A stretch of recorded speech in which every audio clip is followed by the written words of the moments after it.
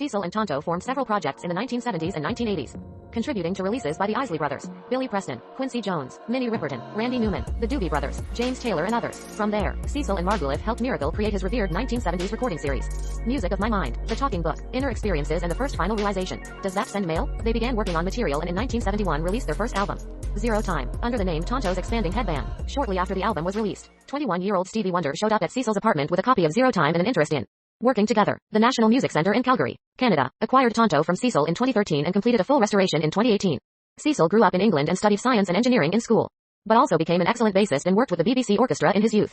It was when he was a senior technical engineer at the famous Media Sound studio that he came into contact with Margouleff and Moog synthesizers. Malcolm Cecil, the influential producer and designer of the world's greatest analog synthesizer, has died, according to the Bob Moog Foundation, after his release, a stay in South Africa and another on the west coast of the United States. Cecil then moved to New York. He started the project with Robert Margouleff, became the owner of Tonto in 1975 and ran it for nearly 4 more decades. The success of Cecil and Margouleff's work with Tonto opened up opportunities for synthesizers in the pop world and beyond. He took an early interest in electronics and learned about circuitry during his service in the Royal Air Force. He collaborated again with Stevie Wonder on the album Jungle Fever in 1991.